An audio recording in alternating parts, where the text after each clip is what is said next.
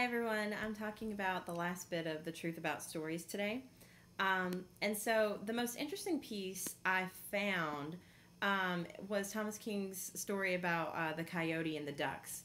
And it's parallel to how we as a nation have historically and continuously taken from Native Americans their land, their culture, their language, everything.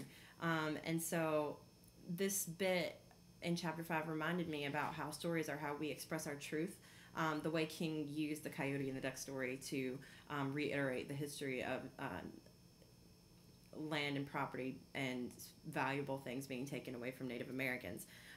Many ethnic and racial religious groups tell stories to establish themselves and their place in the world, not just Native Americans, African Americans, all sorts of religious and ethnic minorities, and even majorities have stories that they perpetuate to keep their history alive and keep their side of history going.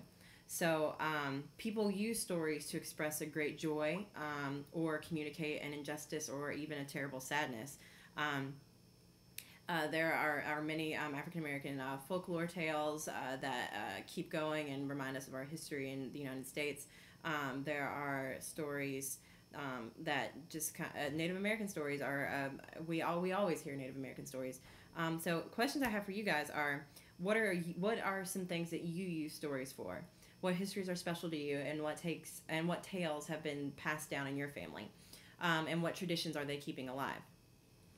Also, in the comments, I'd like for you to write about a story that's changed your perspective on topics, or so that is you've heard one story and you've heard another now, and which one are you more inclined to believe, and how did it change your perspective?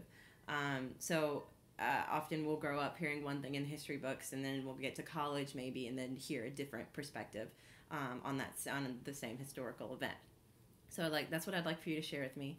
And one last thing I'd like to say is King talked at length in this chapter about his youth growing up and the work that he did.